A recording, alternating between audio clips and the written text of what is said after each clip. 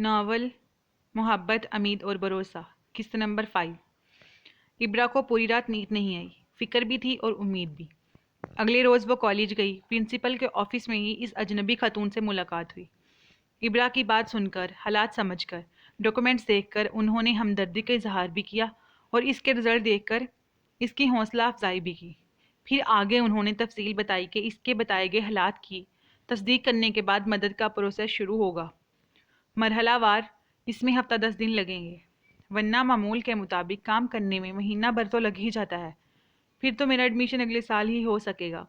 इब्रा ने एक गहरी सांस लेकर ऑफिस में मौजूद जुमला हाजरीन को देखा और उठ खड़ी हुई। कॉरिडोर में इसकी टीचर इसके पीछे पीछे हैं।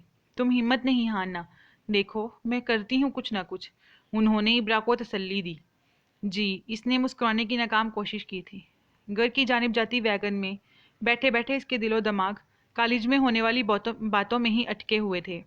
इसे 90% अमकान यही नज़र आ रहा था कि रकम का इंतज़ाम नहीं हो सकेगा। और फिर मेरा एडमिशन, एजुकेशन, करियर, इसे अपने सारे ख्वाब बिखरते हुए महसूस हो रहे थे। वो अपने ख्यालात में इतनी गुम थी कि इसे एहसास भी नहीं हुआ वैगन कितनी देर से रुकी हुई थी। लोगों की बिनबिनाहट, तलमलाहट और झंझलाहट जब ठीक ठाक शोर में बदल गई तो इसने ध्यान दिया। ट्रैफिक से भरी सड़क पर पुलिस और सिक्योरिटी अदारों की वर्दी में मलबूस एहलकार मुस्तैद खड़े इधर उधर मौजूद थे। ओह, वीआईपी मूवमेंट, पता नहीं कितना इंतजार करना पड़ेगा। इब्रा बेजार सी खिड़की से बाहर देखने लगी। वैगन के आगे पीछे दाएं बाएं लातादाद गाड़ियां खड़ी थीं। इसी हजूम में इसकी निगाह एक मर्सिडीज पर पड़ी। खुले शीशों से जो शक्ल नजर आई वो जानी पहचानी लग रही थी। वो देखती रही, वो सोचती रही। फिर इसने होंठ स्केड़ लिए। ओह, ये रहमान खान थे, मशहूर कारोबारी शख्सियत जो अपनी समाजी कामों की वजह से भी मशहूर थे। कभी कभार टीवी टॉक शोज में भी नजर आ जाते थे। गाड़ी में इनके अलावा ड्राइवर, गनमैन और एक नौजवान और था। इन्हें पहचानने के बाद इब्रा की दिलचस्पी यकायक ही इनमें खत्म हो गई थी। इसने वहां से निगाहें घुमाकर दूसरी तरफ देखना शुरू कर दिया। मान एक ख्याल बरक की तरह कूदा और दिमाग रोशन कर गया।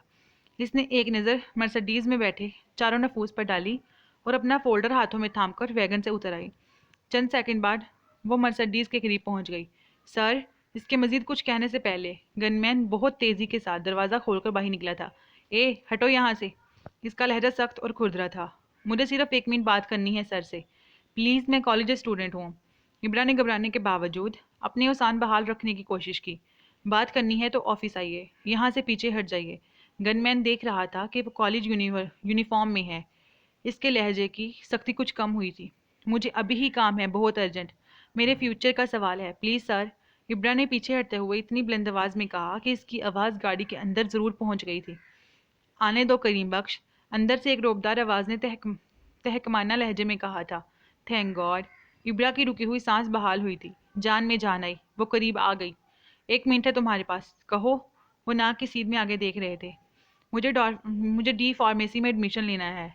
इंट्री टेस्ट क्लियर है। परसों फीस जमा करवाने की आखिरी तारीख है। वसाइल बहुत महदूद हैं। कम से कम 2-4 सेमेस्टर की फ़ीस के लिए कर्ज चाहिए। बाद में जॉब करके सारी रकम वापस कर दूंगी। बोलने के साथ ही इसने जल्दी से अपने फोल्डर में से मैट्रिक और एफएससी का रिजल्ट और मार्क्सशीट्स इनकी तरफ बढ़ाई। उन्होंने एक एक करके बगौर इसका रिजल्ट देखा था। मैट्रिक में A+ 83% नंबर, एफएससी में A+ 82% नंबर। इब्रा की पुरुम्मीद नजरें इन पर टिकी हुई थी, जो बड़े गौर से इसकी मार्कशीट्स देख रहे थे। उन्होंने एक हंकारा भरकर फोल्डर वापस इब्रा की तरफ बढ़ाया और साथ ही अपनी जेब से कार्ड निकालकर इसे दिया। ये मेरा विजिटिंग कार्ड है, कल 11 बजे इसे एड्रेस पर आ जाना। Thank you very much sir. इब्रा का दिल बिलियों उछल रहा था। गुप्त अंधेरे में रोशनी की एक किरण नमूदार हुई थी। शायद ये किरण चमकता सूरज बन जाए। पूरी रात इसे ठीक से नींद नहीं आई थी। सुबह मामू के साथ इस एड्रेस पर पहुंची थी जो जमाल खान का मेन ऑफिस था। 11:15 बजे वो इंतजार गाह में बैठी थी। 15 मिनट बाद इन्हें अंदर बुलाया गया। सामने बड़ी सी टेबल के पीछे रहमान खान की रोबदार शख्सियत मौजूद थी। इब्रा नर्वस थी, थोड़े थोड़े घबराए तो मामू भी थे।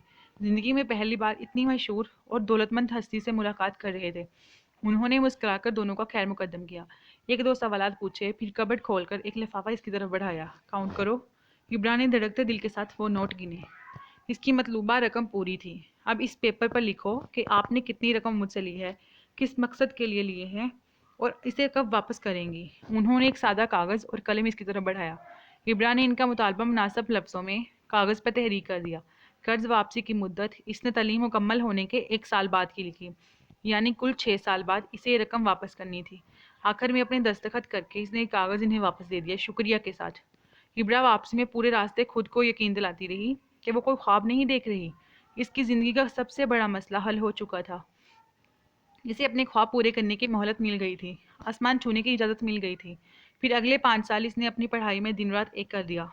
दूसरे सेमेस्टर से ही इसकी जीपी 3.9 हो गई थी और इसे फीस का 20% स्कॉलरशिप मिलने लगा था। अब मुझे 11 महीने हो गए हैं जॉब करते हुए। अब तक मैंने इतनी सेविंग कर ली हैं कि बआसानी ये कर्ज वापस कर सकती हूँ। नेक्स्ट वीक वहाँ जाऊँगी।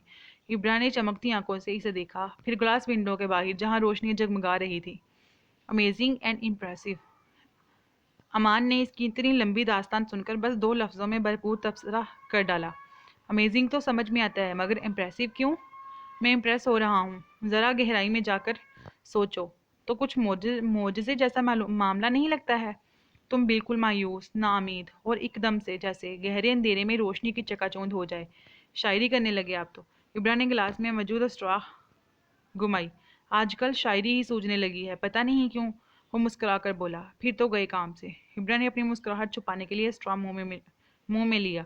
हाँ वाकई पता नहीं क्या शय है जिसने निकम्मा कर दिया, वरना हम भी